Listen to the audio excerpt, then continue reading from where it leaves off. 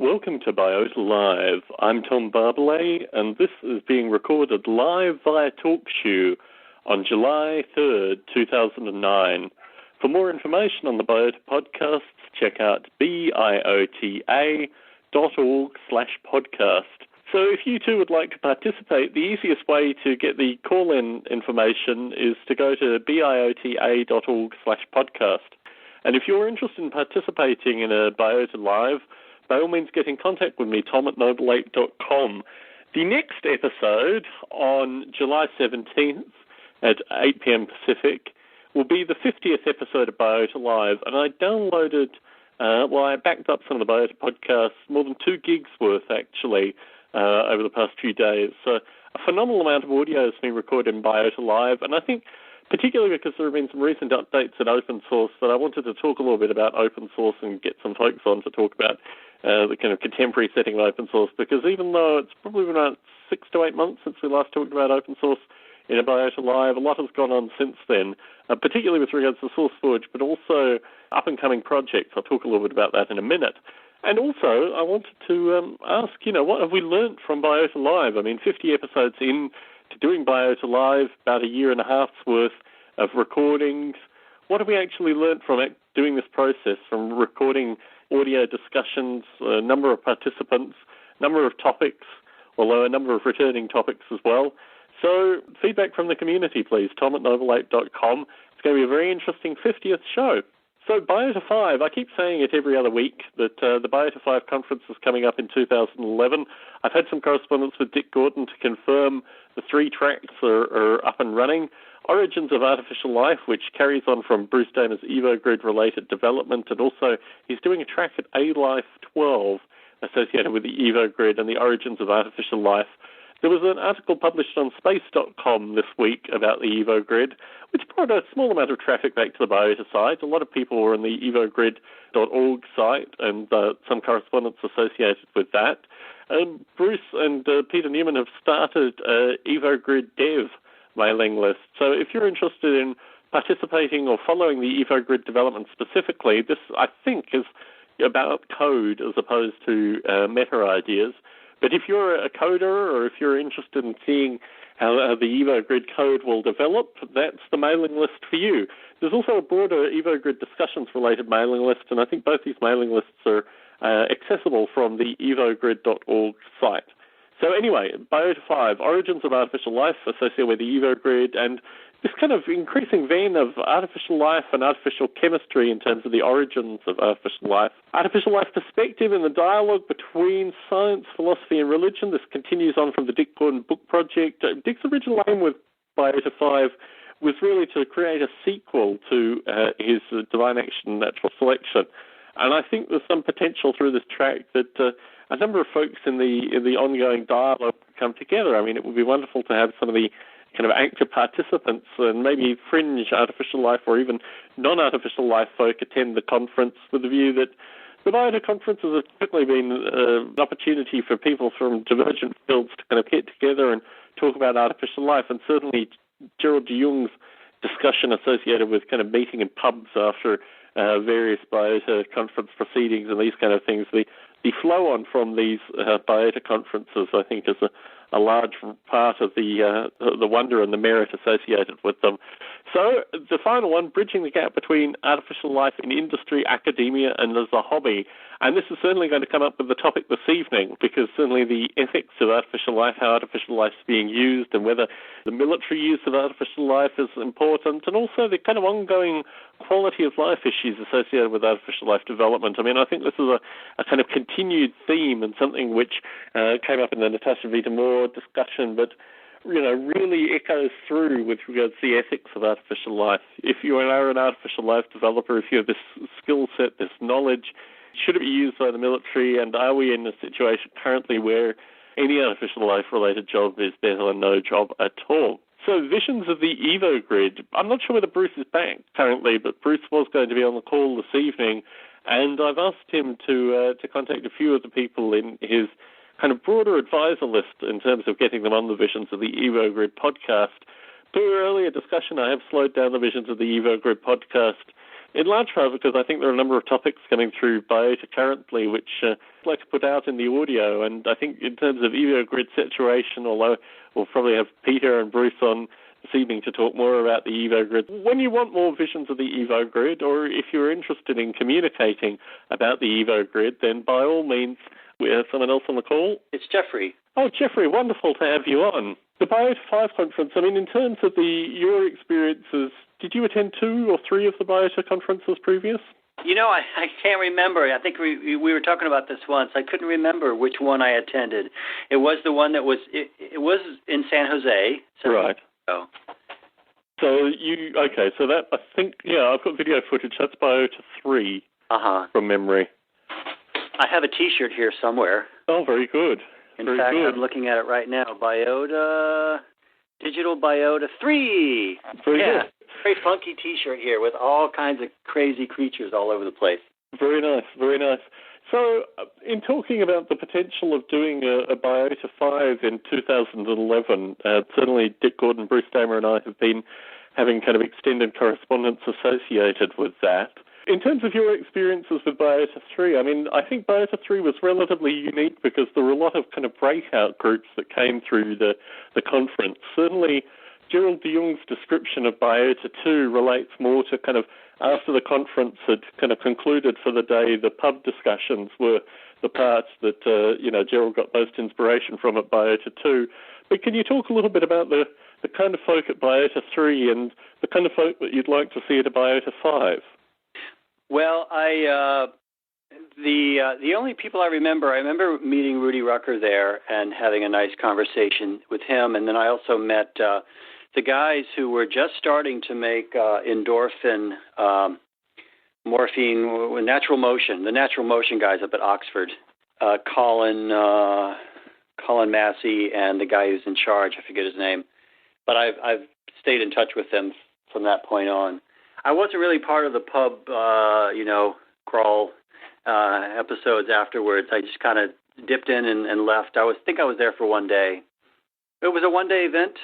I can't remember. I mean, I think I was in transit at the time, and I haven't attended any of the Biota conferences either prior or past Biota 3. Were you there, Tom? No, I wasn't. Oh, okay, all right. I haven't attended any of the Biota conferences. I mean, I have a lot of video footage of you in particular at Biota 3. And in fact, I have a lot of video footage full stop associated with Biota 3. But I remember you did a presentation at Biota 3, and you were also a kind of active participant in some of the breakout groups that were there. Okay. I mean, my sense associated with probably 2 and 1, well, 1 was basically a long walk, and a conversation extended along a long walk, and then, getting back from the Burgess Shale, actually sitting down and talking. But the sense I have of 1 is that it was a kind of Burgess Shale walk where all these people were kind of talking and walking and doing that kind of stuff, and then they came back and, had various small presentations. Biota 2 was considerably more structured in terms of presentations, but all the breakout-related discussions occurred in the pub afterwards, or after the day's worth of sessions, and certainly that was Gerald de Jong's feedback. And my sense with Biota 3 was that they'd finally kind of rocked the breakout sessions. I'm not sure how long it was. My recollection is it may have been 2 or 3 days, but you possibly attended the the day that, with your presentation and that made most sense to you, I don't get a sense of how long the Biota 5 conference is going to be, but my hope is that it would be for, a few days, maybe 2 or 3. The plan currently is to do 3 separate tracks. One associated with the origins of artificial life, which is the origins of artificial life, which is Bruce Damer's kind of Evo grid discussion. He's going to do a track at Artificial Life 12 as well, which will lead into this track at Biota 5, bringing the folks from Flint and various other artificial life chemistry groups, and also some kind of artificial chemistry simulation groups. So I think the kind of wet and certain aspects of soft artificial life and the kind of liaison will be what Bruce is doing with regards to the origins of artificial life. Then there's a continuation, obviously, with the Dick Gordon book, Divine Action, Natural Selection. I think Dick really wanted Biota 5 to be a kind of hotbed of, continuation from the book, with the view that there would probably be a sequel either written prior to or at the conference specifically with the participants. So the, science, philosophy, and religion, with the view that artificial life kind of creates some solutions and more questions, is going to be one of the tracks. Yeah, that sounds like a good track. And the final one is the more applied stuff, the stuff that I'm trying to do with Mark Badeau currently, bridging the gap between artificial life in industry, academia, and as a hobby. And this is the idea of, artificial life games, how artificial life is being used by Eli Lilly and Intel and these kind of things. So these are the 3 tracks that we're discussing currently, with the view that hopefully the tracks will not, there will not be too much overlap and people will be able to attend absolutely everything that they want to. Right. I think also, as with Biota 3, everything is going to be videotaped, and my hope is also that a large portion of it is going to be streamed live in some form.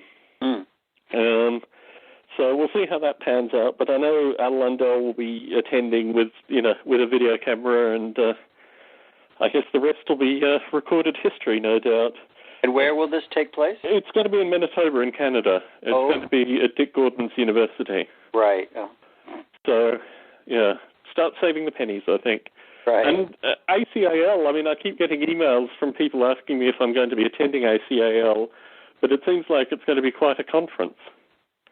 Yeah, I'm hoping so. I missed the paper deadline, unfortunately, but I will be doing this workshop, so I need to start getting ready for that. It'll be upon me before I know it. And in terms of gliders on spheres, have you had any new insights since we last spoke? Little idea. Most of the insights are basically how can I get this damn thing into a testable simulation where I can. Basically, what I've done, and I started building a sim so that there are 2 grids. One is a square grid that has wraparound, creating a torus topology, and the other is a geodesic grid on a sphere. And what I'm trying to do is make them as similar as possible, which raises interesting questions, and then to put glider configurations on them, and then let them run and watch how they diverge from each other, whether the difference is, and sort of maybe gather some metrics from that. And at the moment, I think the metrics, I may think that there's a predictable result, but I'm actually hoping for something very cool and unpredictable to happen. So we'll see.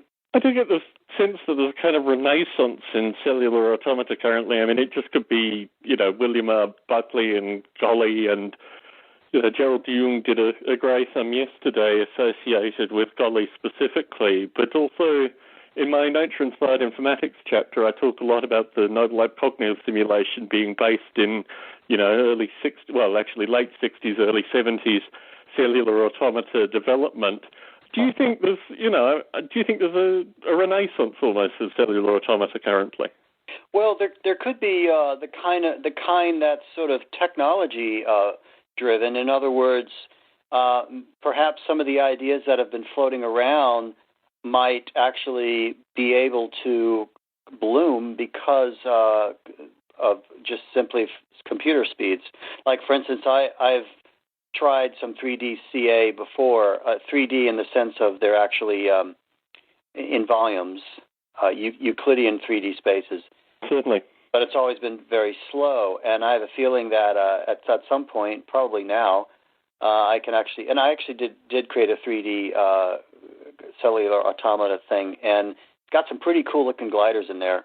So it just might be that the Renaissance is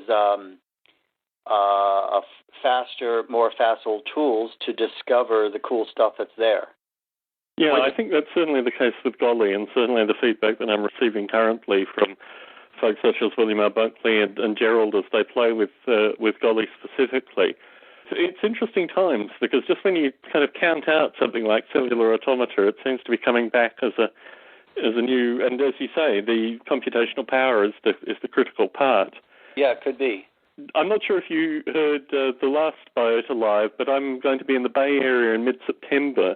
Okay. And I put to Gerald, I hope to be speaking at a Gratham. In fact, speaking at a Gratham is the main reason that I'm coming to the Bay Area. Uh-huh. But I put to Gerald Young last episode, if you were to see me talk on some topic, what would you want me to talk on? And he asked me to do a presentation on the Noble Ape source code, which I went away and did in podcast form. And it took about 2.5 hours, which I think is out, and that was just for, I think, 4 files worth of Noble Ape source code. So it was well outside the scope, I think, of a traditional Gratham talk, and probably, although I've gotten a lot of positive feedback through doing it, probably, for a majority of the folks at Gratham, probably a bit too dry. But if you were to see me do a talk in September, what would you like to see me talk on? Hard to say, but I would assume that with all of your Biota podcasts and all of your work, you've probably seen some common threads and some interesting trends.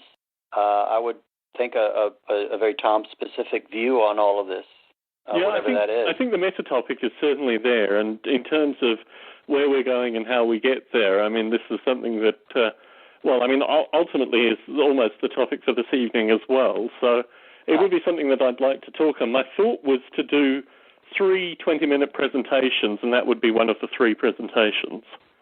So just give kind of tastes of various aspects of things that I see in the future, and also I wanted to do something specific to Noble Ape and something more specific to Biota. So I think, you've answered one of the topics that I'm going to do. So I'll put a double tick next to that one. I hear that we have Peter Newman on the call. Hello, Peter. Hello, Tom. Finally got the thing connecting. Good to have you on. We have Jeffrey Ventrella, and I'm not sure, do you know Peter, Jeffrey? Hey, I'm not sure if we've met, Peter. No, sorry, but I have no idea who you are. Okay. Well, Tom, you can look me up on the internet and see some of my work after this. So why don't I introduce you, Jeffrey? Sure. So if you look at, are you familiar with the computer game Flow at all? Me? I've seen some screenshots and stuff of it, yeah. Okay, so if you're familiar with kind of artificial life in an aqueous medium, Jeffrey Ventrella is really the kind of founder and lead developer of that idea in artificial life. And he's, through gene pool and Darwin Pond, he's made swimmers, as kind of central theme in his work. Ironically, actually, I was talking with Steve Grand, and he also has a kind of advanced swimming game that he's developing currently too, which is, I think what he's taking actually, Jeffrey, is the phenotype aspects of gene pool and making that a game in itself. Which is quite interesting. So you play kind of genotype world, phenotype world, and they're 2 separate games, but you see the swimmers evolve in different ways. So, and Jeffrey's currently working on gliders, kind of cellular automata on spheres, for a conference called ACAL, which you should really go to, Peter. Have you heard of ACAL? No, not off. Doesn't ring any bells. It's the Australian Conference of Artificial Life being held at Monash. Oh, okay. I think I might have seen something about that, but I sort of tend to go, conference, right, it'll be in the US. I can't attend that. Well, funnily enough, there are no artificial life conferences in the US, and ACAL is looking like it's going to be an absolutely fantastic conference. Peter, you should go. Bruce here just got my way in here. So we have Jeffrey Ventrella, Peter Newman, and Bruce Damer on the call. Hello, Bruce. Hello, hello. I was just introducing Jeffrey to Peter. How would you introduce Jeffrey? Person who is both an incredible artist and an incredible designer and coder and creator of things that all work together from art, function, and magic. I met Bruce in Paris, actually. Right, Bruce? It was at a Virtual Worlds conference in 90 what? 97? 99 or 98, yeah.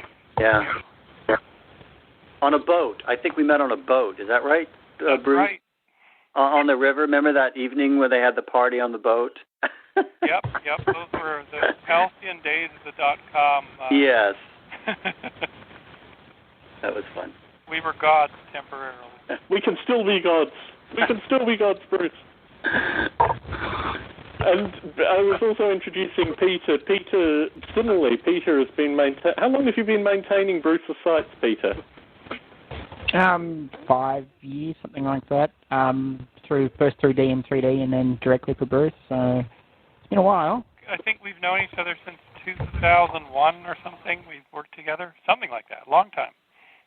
Yeah, I keep going, 7 years, 8 years, 9 years, because it feels like it's been forever. I've known Bruce. It feels like I've known him forever. So I have to sort of dial back saying how long I've known him for.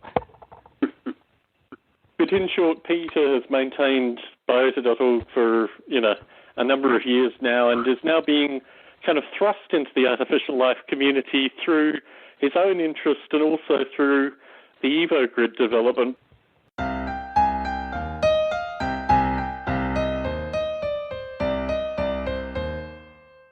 Bruce, Space.com, what's going on with the EvoGrid currently? Well, a little innocent interview that I did at the Origins Open Questions on the Origins Life Conference in Spain turned into this story that was ostensibly for Astrobiology magazine. And then Leslie Mullen, the reporter, who's very good, I think, she offered it through the normal channels. It got picked up by Space.com and MSNBC. So there you have it. It's basically propelled the EvoGrid as a meme into a global audience. Cool. So I asked this question of Jeffrey. Of Gerald, and I think I've asked it of Jeffrey in the past as well.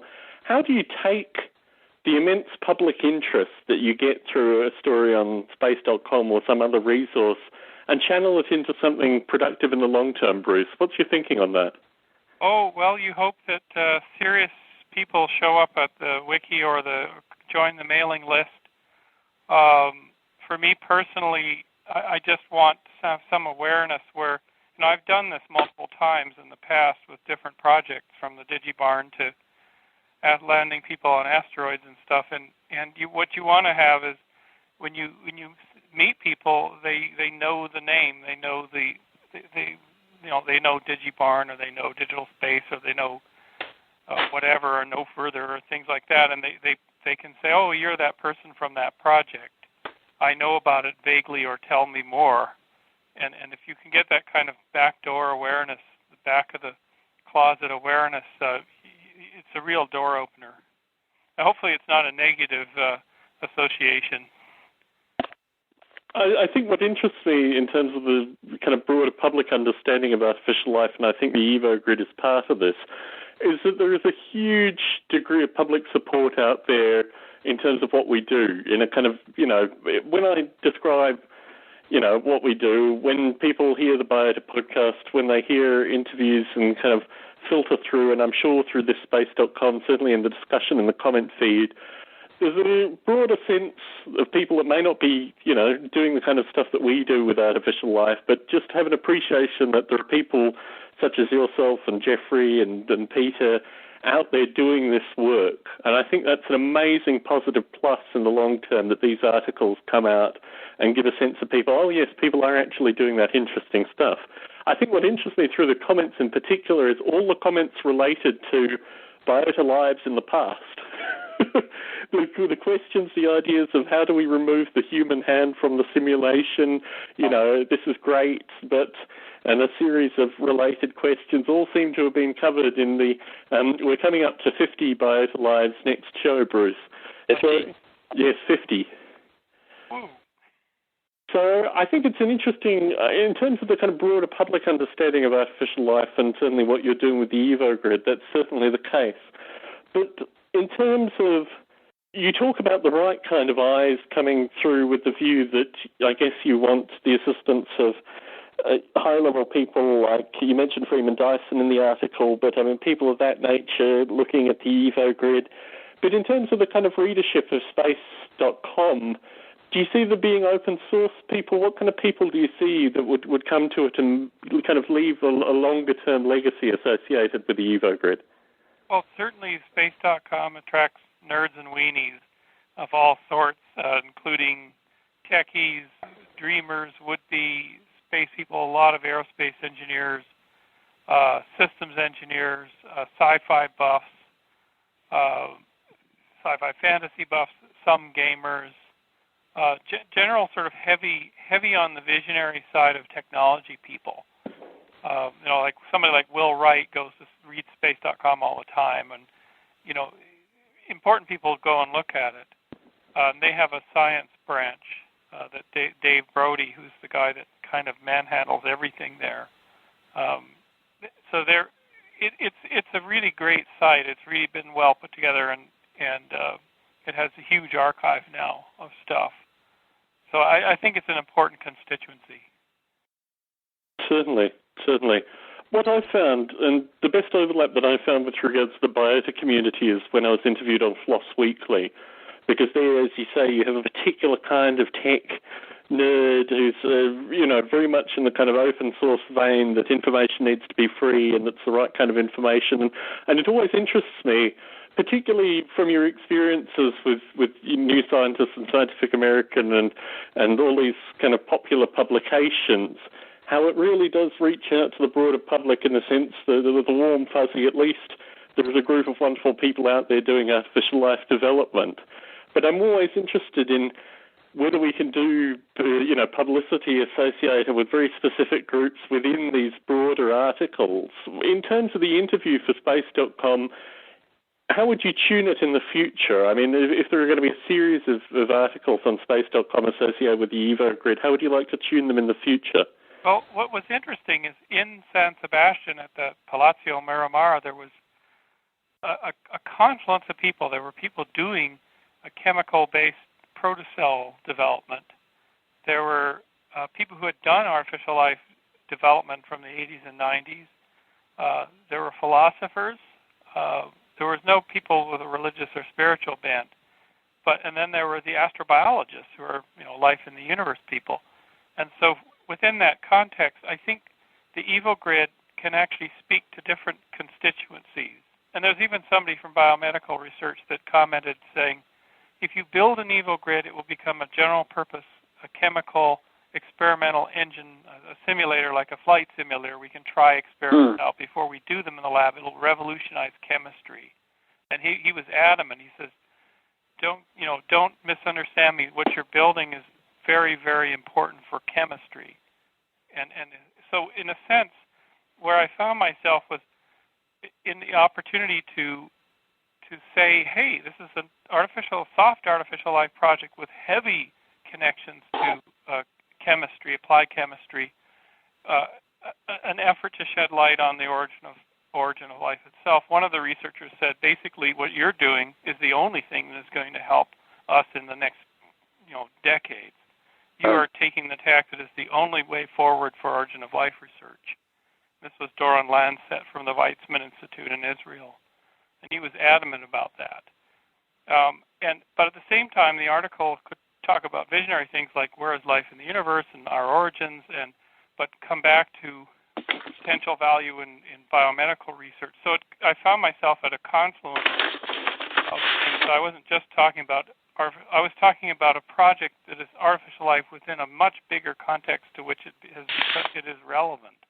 And in terms of kind of bringing along the artificial life community for the ride, how do you see the EvoGrid working in the future, bringing the kind of discussion that goes on in Biota Live and goes on even, I think, in the broader kind of academic artificial life community? I mean, how do you see these communities coming along with the EvoGrid? Oh, I could see having, for instance, Doran Lansett on the program. I could see getting Stuart Kaufman. In a sense, like virtual worlds, I think the EvoGrid is a magnet, it is a strange attractor that will pull in many different people who found it interesting, and they will join the effort, like our original Biota conference, Digil Burgess, and the other ones did.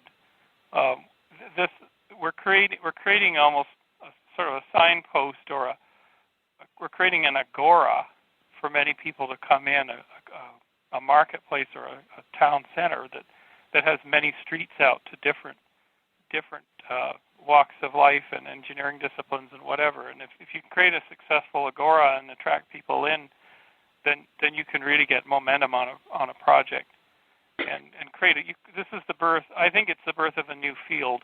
And Steen basically said that last year when I was in Denmark, saying we need to do a track on this at Artificial Life 12 because it's the birth of a new subfield that has connections everywhere, and so we're planning that at the end of August for A-Life 12 is to have a dedicated track to this kind of thing, and therefore birth it as its own standalone entity.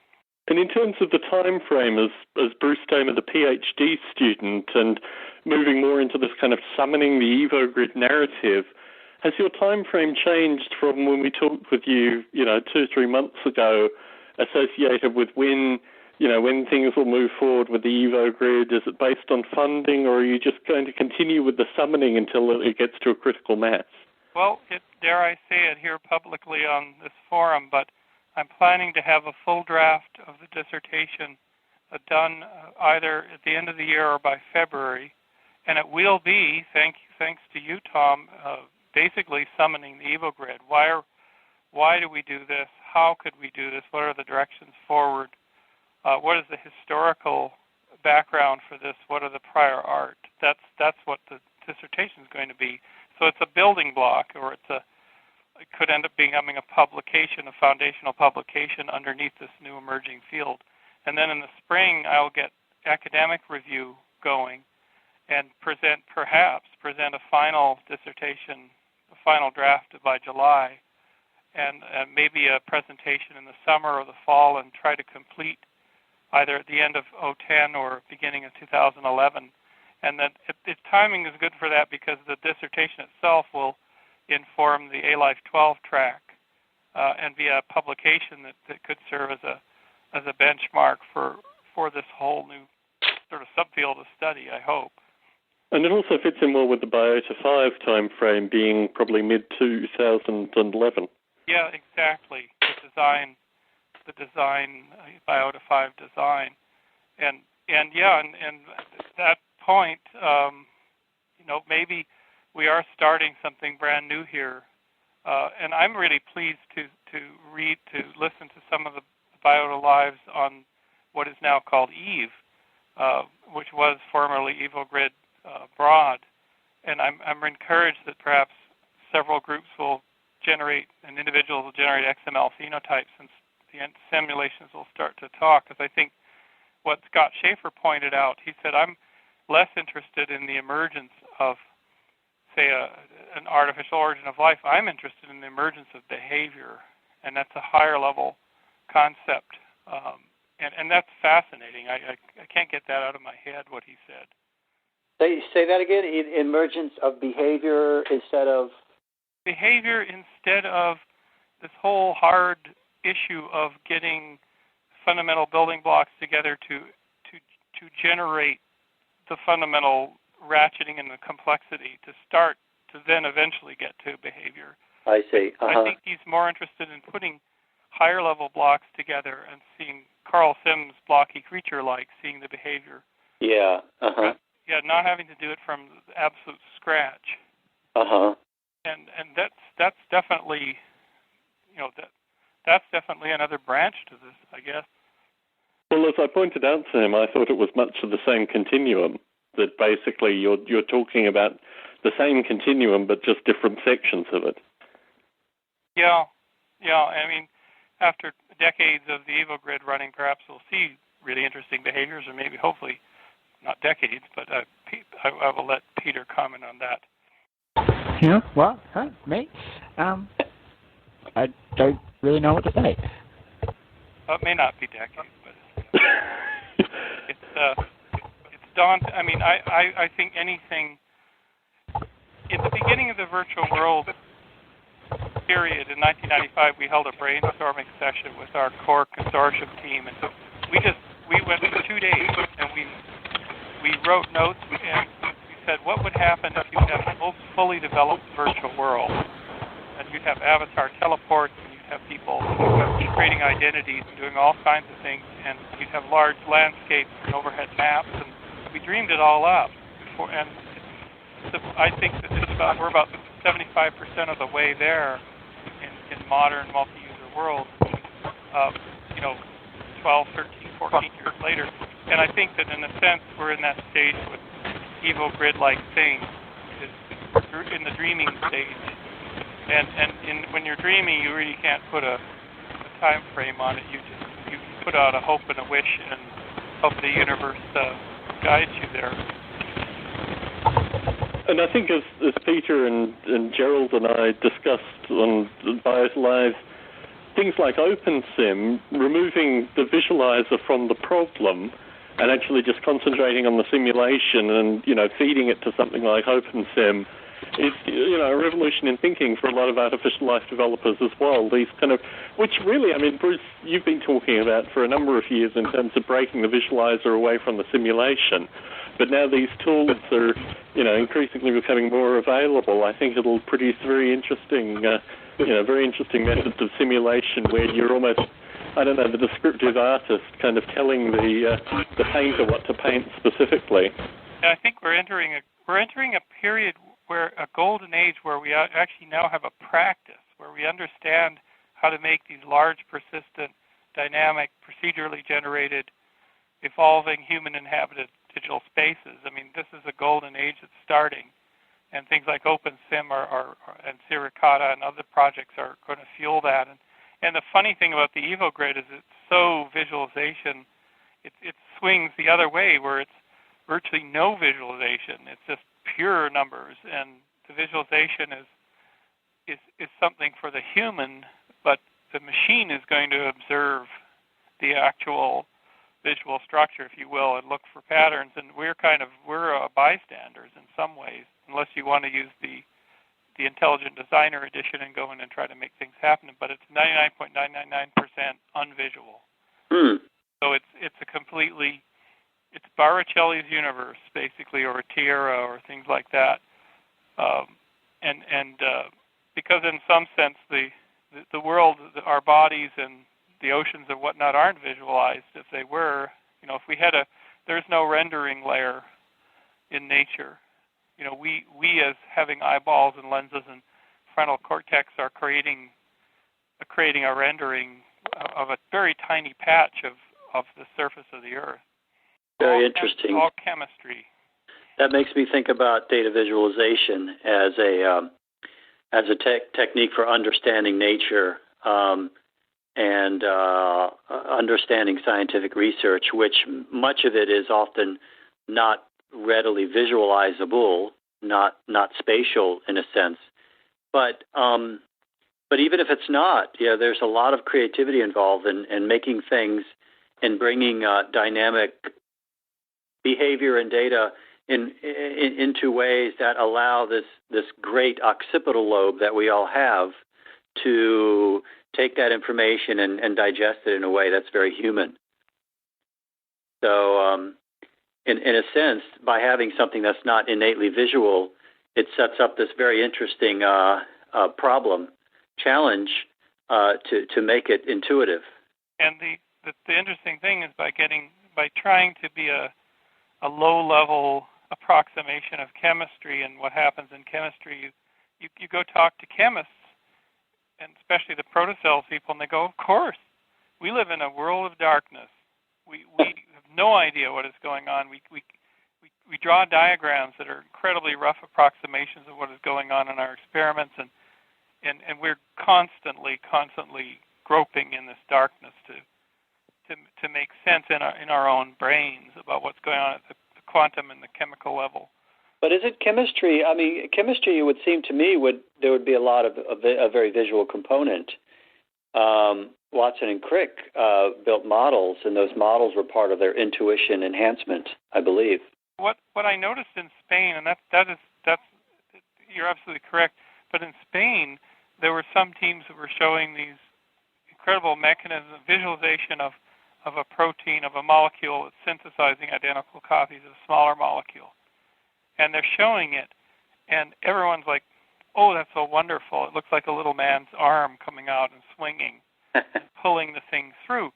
But the chemists would say, they would sit there with their squinting and go, yeah, but it's not really like that. It isn't that clean. It isn't that. And you're kind of thinking, wow, I think I now understand. And then the people who are actually dealing with this stuff every day are like, it doesn't look believable to us because we never see this. It's like, okay, well, what are you seeing down there through that $1 million digital microscope? And the macro scale chemistry, the chemistry of these globules of fat of oils that are being used in protocell development. It's amazing watching these molecules go through pH gradients and sort of chug around on their own. They're like little machines. They're moving around, and they're following a pH gradient, and there's 10 to the 9 molecules pulsating on their surfaces, moving around, doing the quantum Hall effects, and they're chugging away like little engines. And that's at the macro scale. They keep saying, well, you can relate to this because there's 10 to the 9 molecules, and you can see it with your own eye, but the real stuff now, in the cell, on the cell membrane, we draw these diagrams, and we say they're approximations. There's a mystery around what's really going on, and the chemists will never commit and say that really represents what is happening. They seem to be averse to doing that. Is that a level where quantum effects are involved? I'm not well versed enough into that. What is that threshold where we're talking about quantum? Because I could see how once you get down to that level, you're talking about a whole different notion of visualization. Yeah, and I think Peter has been looking at when he's been implementing the bond forming and breaking and the first early precursor EvoGrid prototype and the test complex things just are being closer together and glue together. Peter, do you want to jump in? Is this Yeah, can you guys hear me? I'm getting some breaking up here. We can hear you. Okay, good. It might just be on my end. Well, that's the interesting thing because I approached this simulation, the EvoGrid, where we've got atoms flying around and they're going to form bonds and break bonds and change into different chemicals and so forth. And I approached it with more or less a high school understanding of chemistry, where you've got your little balls and your little sticks and they're all holding them together, and that's your atom, and you go, oh, isn't that nice and neat? And then I started reading about how the bonds actually form and, what the mathematics is behind the bond formation, and I'm going, it shouldn't be too bad. And after doing a lot of research, it basically came down to quantum mechanics, that they have to simulate all the electrons and so forth in order to correctly calculate the forces. And electrons don't just sit there and form these nice little bonds. That's just a conceptual thing, and that at the level that you actually need to get an accurate formation and deformation and so forth is very different to what we're used to seeing as a model of a chemical, where we're used to seeing nice little jointed balls that are sitting together and overlapping a little bit. As soon as you start trying to do bonds, you've got to model your electron interaction, and your electrons don't just sort of sit there and you imagine these little balls whizzing around the outside like you see the pictures of the atom when they're talking about nuclear physics, and you have an atom with all these electrons whipping around it. And apparently it's nothing like that, but it looks neat. And that's they talk about shells and areas of force and so forth, I'm trying to visualize what I'm reading from these descriptions, and I'm just going, I don't quite see what they're trying to say.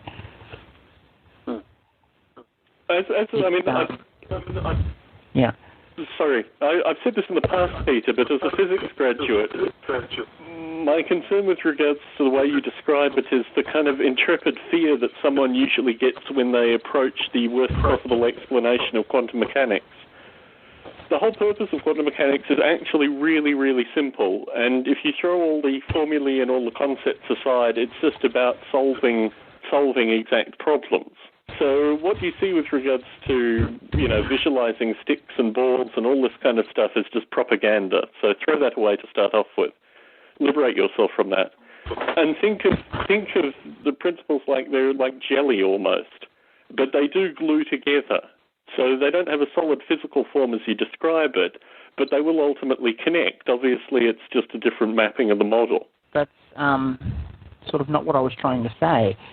I understand that. I believe I understand what you're saying. It was more when I tried to get a concrete set of rules for it. I mean, as a generality, we'd go, oh yeah, they will form and do and so forth. And I was trying to get an understanding of what sort of rules were needed, not just that rules, because we part of the Evo Grid is we're exploring different rule sets and different constants and so forth. But I still had to have an idea of the sort of rules that would need to be included, and that was when I started researching it. And I'm going, well, I think I know what they're talking about, but this is complicated. Well, it appears complicated, but really, the whole notion of energy walls with regards to, transitions and these kind of things it's all to do with how you visualize it. This is the kind of thing that I was discussing with Bruce when he first started talking about the Evo Grid as being a kind of artificial chemistry simulation. Do you think, Bruce, when we discussed this initially, we talked about possible worlds as being a best possible solution. Do you think what Peter's describing with regards to his own mapping of an understanding of quantum mechanics physics, do you think it would be better to create a kind of new physics which fitted in some way and remove the Evo Grid from the kind of explicit boundaries of the natural world? Yeah, in fact, Penny Boston and several other the advisors on the advisory team have told us don't try to go for simulating a real chemistry, real aqueous chemistry, because you need a whole planet to do what you're trying to do, and you need a lot of time that goes beyond the length of a grant or a human lifetime. They've always said, do something that is in the abstract and that allows you to vary the physics parameters in real time to try to track, to get the emergent behavior you're looking for earlier than trying to be faithful to a chemical simulation. And I think what was interesting talking with Peter last time with Gerald de Jong on the line was that Gerald provided a very interesting example from Buckminster Fuller with regards to the 12 three-dimensional kind of nearest neighbor oranges in a fruit stall kind of stacking. I think these kind of models with regards to artificial chemistry actually probably yield more interesting results than trying to grasp, contemporary quantum mechanics and model those realities. The beautiful thing with regards to what Gerald described is that you get carbon chemistry for free. The mathematical model described by Gerald basically will give you everything that you need for carbon or carbon-like chemistry to come out of it, including some of the uncertainties, but also some of the energy groupings that you get through quantum mechanics. So I think it was an interesting example. Certainly coming from my physics background, thinking about all the things you get for free by just using a different mathematical model for describing the kind of chemical interactions. Yeah, and in fact, it's those sort of tricks and shortcuts that we're going to have to introduce over the years to get closer and closer. And yet the chemists are saying, please make something that's close to a tool that we might be able to use. So there's definitely there's a push and a pull, but at least there's a demand. Certainly. The theoreticians are saying, show us the emergence. Don't listen to the chemists, and the chemists are saying, we need your help. We need tools, and we'll never get emergence. We'll never understand what we're looking at unless you give us something that represents what we're seeing down the beaker. But there has to be a pragmatic medium. I mean, this is the whole point with the Evo grid, is that ultimately you can't keep both factions happy. You have to basically tide the course straight down the middle and do what needs to be done.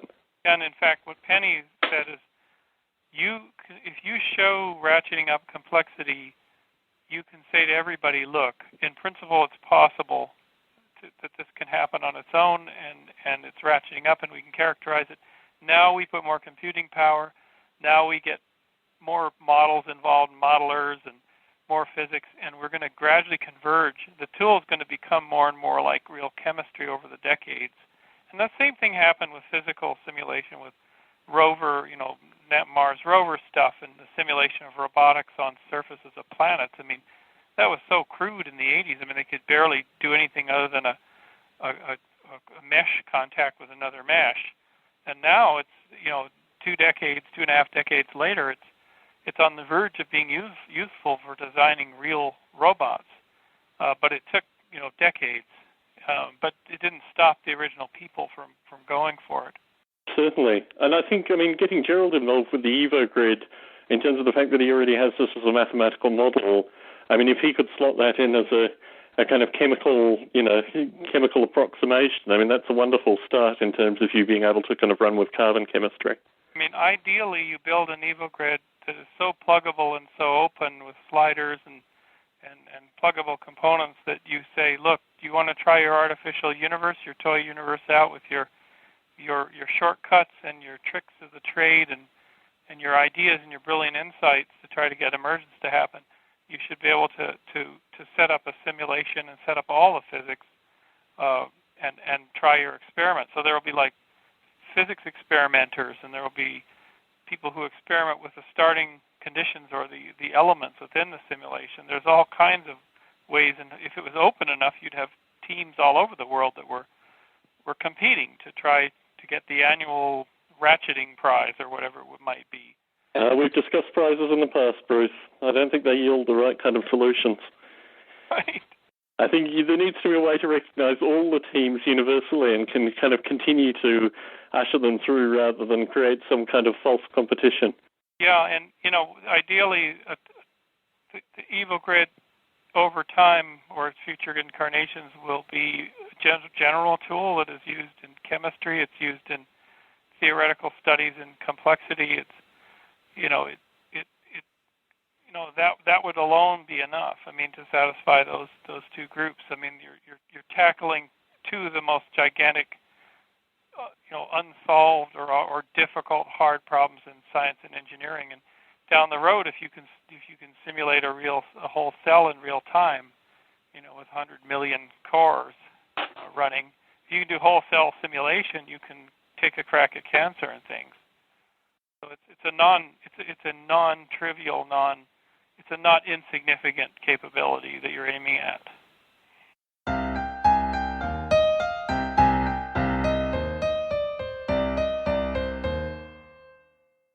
So once again, Bruce, you've pushed our news and notes into being a large portion of the show, but I wanted to kind of continue with this evening's show topic, maybe for the remaining 15 or 20 minutes before we close out this extraordinary Biota Live.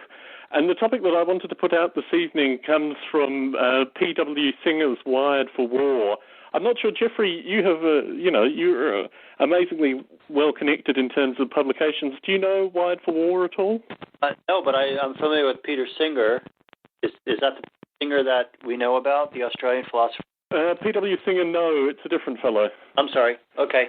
So the section of the book that deals with artificial life is specifically associated with Rodney Brooks and iRobot, but also the continuation of the robots that are being used currently in Iraq and Afghanistan specifically by the US.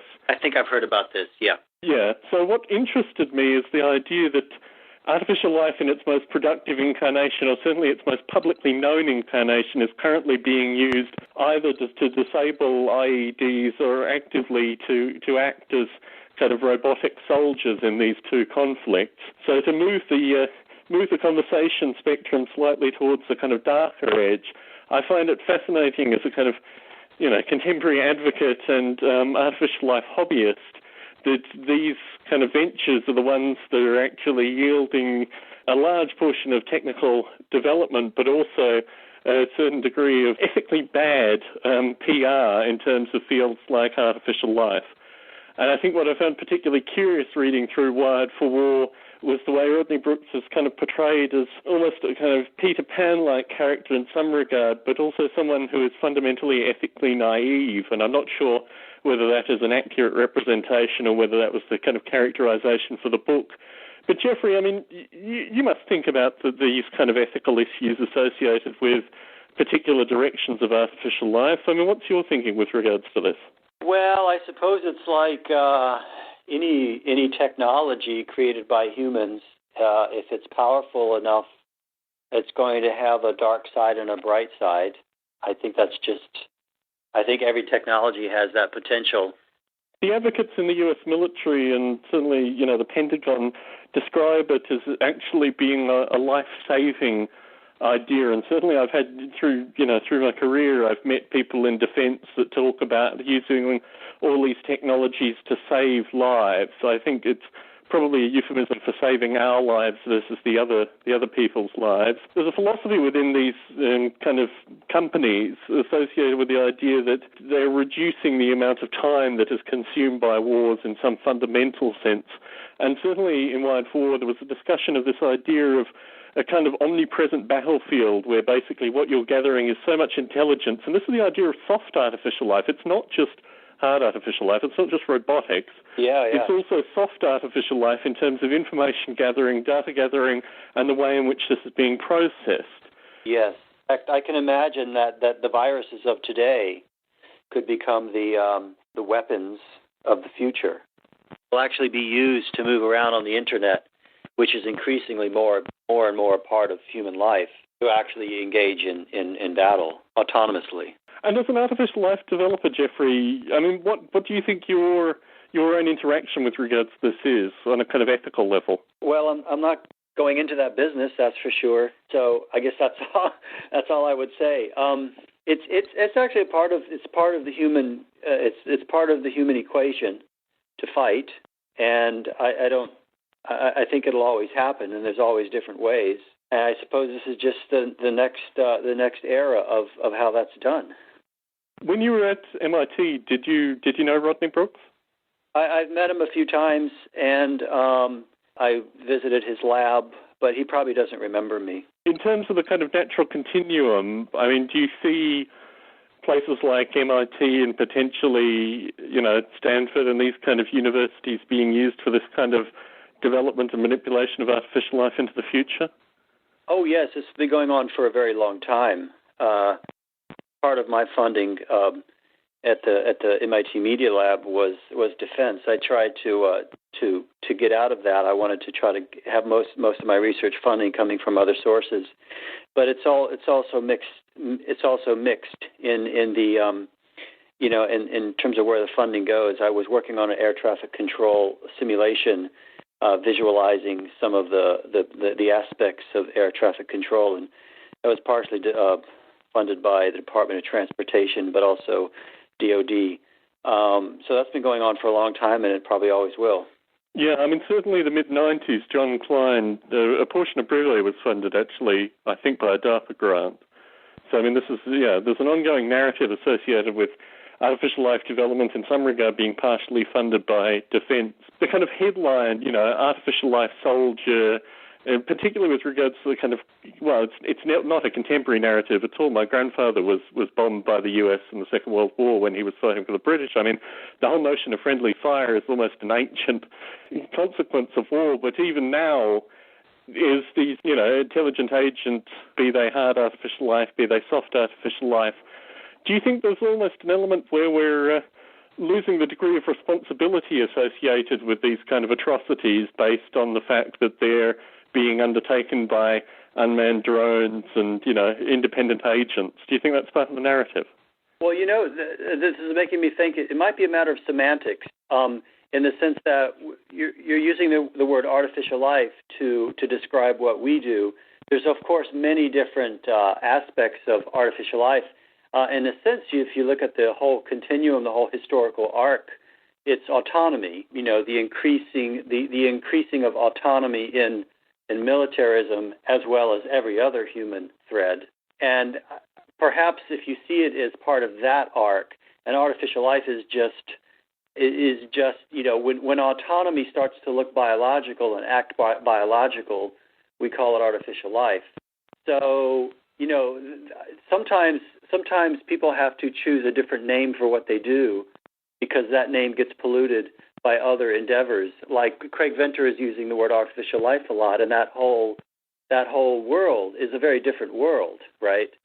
And mm-hmm. It has all of its controversy associated with it, and that's kind of interfering with what we talk about when we talk about artificial life. So it could be that our term has been taken by a much bigger meme, and perhaps we need to use other terms. I'm just thinking that sometimes if you look at this in terms of semantics, you can sort of see it differently. Certainly. And Bruce, whilst we joke about the EvoGrid being used to create robots that take over the world, and I'm not sure whether it's a Bruce Damer authorized video, but there's certainly an EvoGrid video where the robots take over London.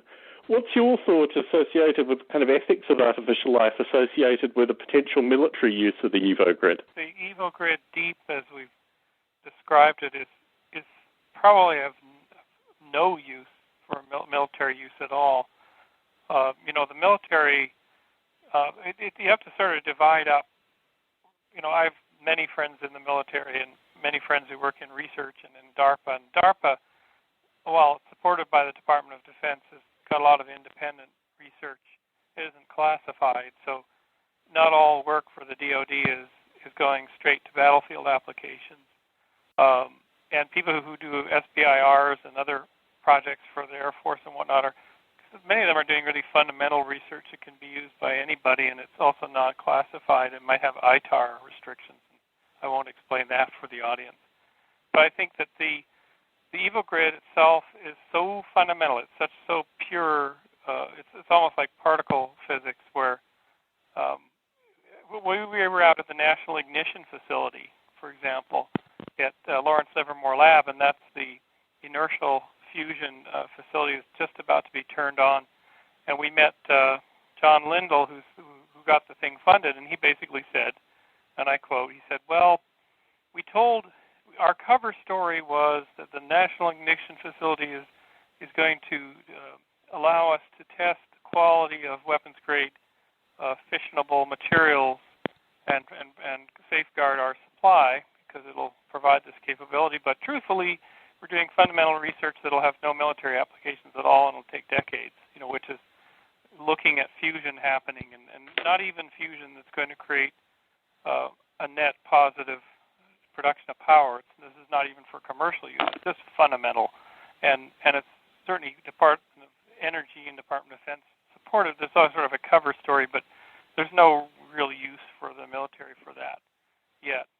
But I guess if you look at Rodney Brooks' work specifically, I guess the early 90s he was doing robotic ants or these kind of creatures, and now, he's doing robots that have submachine guns attached to them. So, my feeling is that all this research can be claimed to be not useful in a military sense, but can just be twisted slightly. It's been put to me occasionally, and particularly soon after Ed Southett was on, that a lot of the Eli Lilly-related research, and there are other pharma companies that are using artificial life in order to track chemical compounds, and also actually optimizing research to eliminate chemical compounds which don't appear to be, interesting points of research, that these same algorithms could equally be tuned in terms of biological weapons, in terms of, a wide variety of technologies which aren't necessarily the kind of things that, artificial life developers, particularly those who participate in these kind of endeavors, would want to create. We came back, I remember talking to Travis Savo probably a year ago, talking about Einstein and the bomb, in the kind of continuum from Einstein to the bomb. As we develop this kind of technology, do you think we need almost a kind of ethical discussion that goes along in parallel about the uses of this kind of technology and how it can be, used in a very positive way?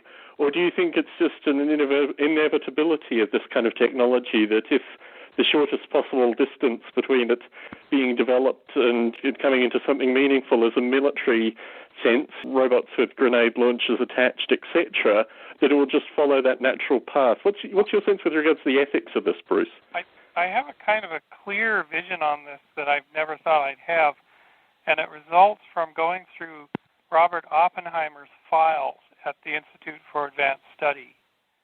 Because if you know the history, Oppenheimer was a key scientist on the Los Alamos project, on Los Alamos and the Manhattan Project. He was absolutely instrumental in the creation of the atomic bomb that was used in Hiroshima and Nagasaki and the Trinity test and whatnot. But he was one of the most vocal, which was a huge detriment to his career, opponents of the mass development of nuclear destructive capability and then the creation of the nuclear arms race. And at one point in the early 1950s, he was referred to as the conscience of humanity. So he was providing some pushback at huge personal cost to him. If you look at pictures of Oppenheimer in this time period, and he's got this broad-rimmed kind of floppy New Mexico beaten-up leather hat, and under there are these great gazing liquid eyes that are both very wise and very sad, and the stress that he's under for the Committee for Un-American Activities and all this stuff. He kept his job at the Institute, but he was really broken by this. However, in the 1980s, when anti-nuclear movements were growing, and this whole idea that nuclear winter could happen from Carl Sagan, Oppenheimer was referred to as an early conscious, an early ethical speaker, as one of the inventors of the technology. And I think that his spirit or his ghost inhabited that world and came back, and it did have an influence on humanity having a conscience about this. And when the opportune moment came, the Soviet Union just got rid of, and the U.S. too, got rid of whole classes of nuclear weapons, just lock, stock, and barrel, and put them in warehouses and stored the fuel and the igniters and whatever, but basically took them out of commission by the thousands. And so, yes, it is really important to have an ethical discussion and a voice, and a very public one, on any technology, as it is inevitably sucked into various uses. And you have to have that, and you have to have that vocal and at the beginning, and it may not make any impact, but it may down the road be essential for a rebalancing. And how do you think we actually do this as artificial life developers, Jeffrey? Oh, we definitely need to keep that narrative going. We may not be the actual proponents of that narrative, but by virtue of the things we make and the way we make them and how we dress them and present them could help people see certain kinds of positive uses for our work. So in a sense, we can definitely help keep that dialogue going. And a good example, I've been trying to set a tone in the Evil Grid, the movies, a tone of lightness and humor and whimsy and cartooniness, and a very non-threatening tone, a very positive, sort of upbeat, shiny tone in those two movies. Rami L. at the University College London, the Bartlett School, he approached me about 4 or 5 months ago saying, I want to make a movie of the Evil Grid, but I want to do it from more of a Hollywood perspective, and critters kind of escaping and evolving and eating Canary Wharf, which currently, if you know, that's the financial center of London. People would be cheering if they saw Canary Wharf being consumed. It wouldn't be a bad thing. So Canary Wharf gets consumed by the escaped Evil Grid organisms. But at the end, and he's still doing the final edits on this, and he and I worked out the script on this. At the end, he said, yes, what I'm going to do is show how Canary Wharf and all the concrete and all the awful 60s housing blocks get converted into these amazing new bioforms that are totally sustainable and convert the city and from this glass and steel logic-based destructive model into a new kind of biology that is compatible with people. And that was his shared vision for his people for his film, but he's still working on them. It doesn't quite come across in the June 1st version. So we're trying to, that's the narrative we're trying to put out with these YouTube movies. I think it's really is the mechanism of today to share narratives. I mean, certainly when I read Wired for War, and I'm not sure what period of time it was, I think it was around January when I picked up the book, but it was around the period of time, and really this narrative started in Biota probably about 6 to 8 months ago as associated with the quality of life for artificial life developers, and it started really in my own thinking because I received a slew of emails from artificial life developers who had lost their jobs and were unemployed. Many of them have been unemployed ever since I received their emails. For a brief period of time, I was also in that predicament. And I think it's an interesting narrative associated with kind of contemporary artificial life developers being in somewhat hopeless life circumstances, and also the lures of these kind of enterprises in terms of actually bringing in the development. And I've reflected over this period of time associated with, how other artificial life developers, if they were offered an ability to survive and live through doing, development that ultimately ended up with weapon systems and these kind of things. I mean, can we as a community fault these people for surviving in this manner? And I think this is the broader and deeper ethical question associated with how we use what we've developed. Jeffrey, I mean, what's your thought with regards to this kind of narrative? Well, I suppose if in any society, if someone's struggling to find work, their standards and their principles are going to be compromised to some degree, and some of us have stronger principles than others, and others, some people will choose jobs that they're not sure they want to do, and so in times of economic difficulty, this can happen. I'm actually doing some contract work right now that I believe is probably fueled a little bit by the stimulus package from the Obama administration going into new energy technologies and medical. In my case, it's medical. And the latest technology review from MIT shows this really cool graph of where all this money's going, and it's really nice to see these great big blobs of billions of dollars. I don't know to what degree this is real, but apparently there's money that's coming in through certain pipes, and if you can tap that, then maybe there's an opportunity.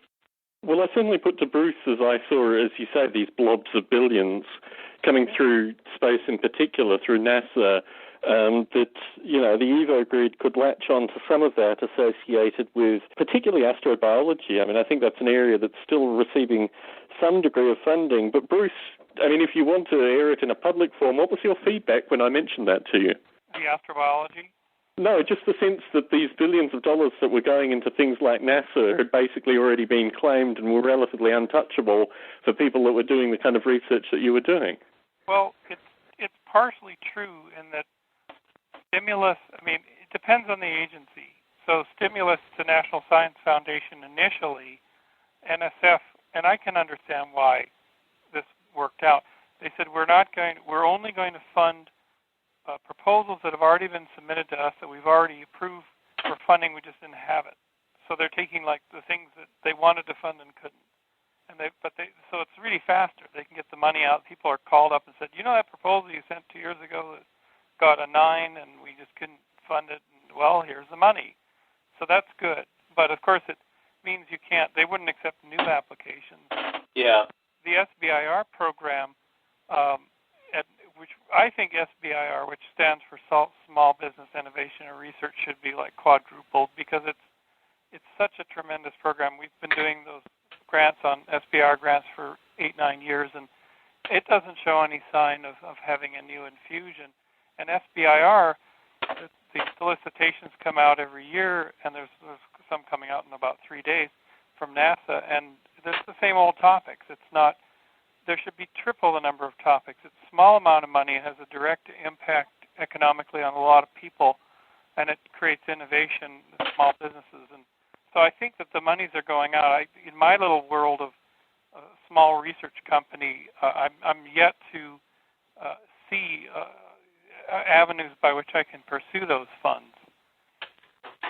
Maybe Jeffrey can give me some advice. No, I don't think so. You probably know more about funding sources than I do at this point. And I mean, certainly the feedback that I've received from artificial life developers, people that have, PhDs and MSCs who are currently unemployed, is that they haven't had any access to any of these funding resources either. I mean, I think the general feedback that I've received is that the things in the artificial life community, in terms of people even being paid and working in secondary, tertiary, or even non-related fields, is pretty bleak currently. Having had the experience myself, I think if I was to have the conversation that I had with Mark Biota in November last year, the idea that artificial life developers would have this wonderful period where they didn't have any work so they could concentrate exclusively on their own projects, I may have reacted slightly more hostilely to that claim. But I think it's an interesting ethical problem. There is some level, to talk to Jeffrey's point with regards to, some people have higher ethical standards than other people. People who I've communicated with in the artificial life community that haven't had income for more than a year, many of them are actually living in the Bay Area on the East Coast, which I think has been particularly hard hit for, technology-related jobs. So I think on some level, people have to eat, and I think it's difficult to say that some people are more ethical than other people, while maybe, life circumstances are different. I wouldn't impugn any of the people that I've corresponded with associated with their ethical level, and I think fundamentally, in order for a movement like artificial life to survive, we all need to have some means of income, even if it isn't through artificial life specifically. And talking to Bruce historically over the past 9 years, the legacy associated with people in the artificial life community who are no longer participants in the artificial life community has always come through major life trauma where they just haven't had work for long periods of time. I mean, you can echo this, Bruce. Yeah, I mean, if you're a visionary technologist like Buckminster Fuller, in the depths of the Depression, in his basement, he was building all these oddball structures and cars and gadgets, and his wife came down and said, "We're going to starve." And he was raising turtles. He was doing all these kinds of things, and he was starving. They were starving, and he's one of there's many potential Buckminster Fullers that then went and got a job in the government or at General Motors. Bucky went on and said, "Well, I'll try business." So he tried business, and he was really quite bad at it. He was totally miserable because he couldn't be creative. And then he was found himself somewhere where he ran into the gentleman who was planning the 1939 World's Fair. And suddenly Bucky was like, "Oh, you designed the kind of buildings we would like to have there. How unusual! What an amazing meeting this is!" And hired Bucky, and they built the various domes and stuff, and then Bucky had a career as an architect. But it was how many Buckys, and Bucky actually, one of the things he believed, and this is in the Depression, he said that society should set aside $1 million. No, this is a lot of money in the 1930s. I'm going to ask for $1 million, and people who reach their early 40s, who are the creatives, who are really shown to be creative, should be allowed to quit their jobs and get this lifetime bequeath to just be Buckies. And the society should find these people and allow them to live and work their entire lives from that point on. He said you shouldn't give it to them any younger. They need to be experienced. They need to know why they're doing it. They need to have had a desk job, and they need to have life experience, but they should get these endowments. And there's an annual prize that the Buckminster Fuller people put out. I put to Gerald that he should apply for it, particularly with regards to the linkings of Darwin at home and architecture. I think that's, a natural fit. I'm not sure what last year's recipient got it for, but the year before got it for turning strip mines into environmentally reinvigorating strip mines through various kinds of plants and ecosystem planting. And it's a fascinating annual prize that I think it's the Buckminster Fuller Institute puts out, which kind of follows on from this, although I think they only give $100,000 from memory, which they say is enough for a year. So anyway, I'd like to wrap up this extraordinary Biota Live to thank Peter and Jeffrey and Bruce for participating in this two-part discussion. Our topic next Biota Live, well, it'll be the 50th Biota Live, So the first question to answer is, what have we learnt from doing Biota Live?